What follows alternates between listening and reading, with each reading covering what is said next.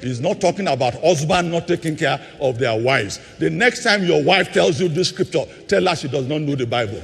Let me explain a misconception about money and gender role with this scripture. 1 Timothy 5 verse 8. A lot of women quote this scripture. But if anyone does not provide for his own, especially of his household, he has denied the faith and is what than what?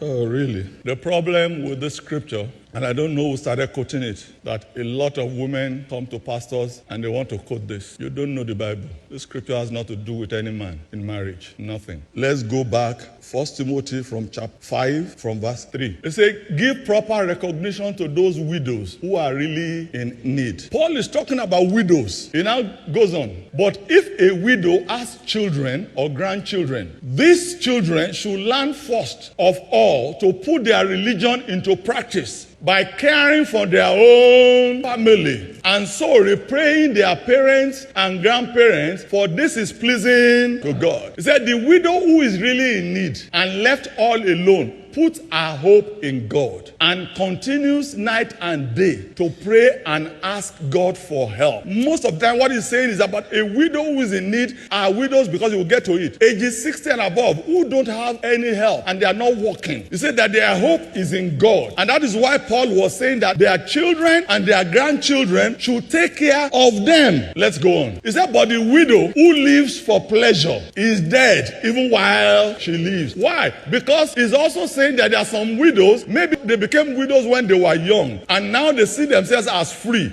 So they are sleeping around, they are messing around, they're just going around thinking, oh, my husband is dead, now I am free. These are the ones that he's talking about. He said, give the people these instructions so that no one may be open to blame. Anyone who does not provide for their relatives, and especially for their own household, has denied the faith and is worse than an...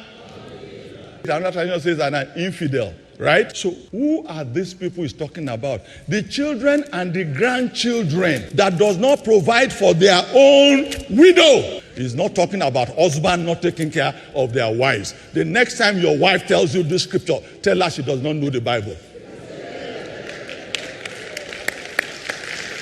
For a man that does not want to do anything, you might think this is your pass. Everything has to be balanced. The Bible does not excuse you from doing what is right to your family.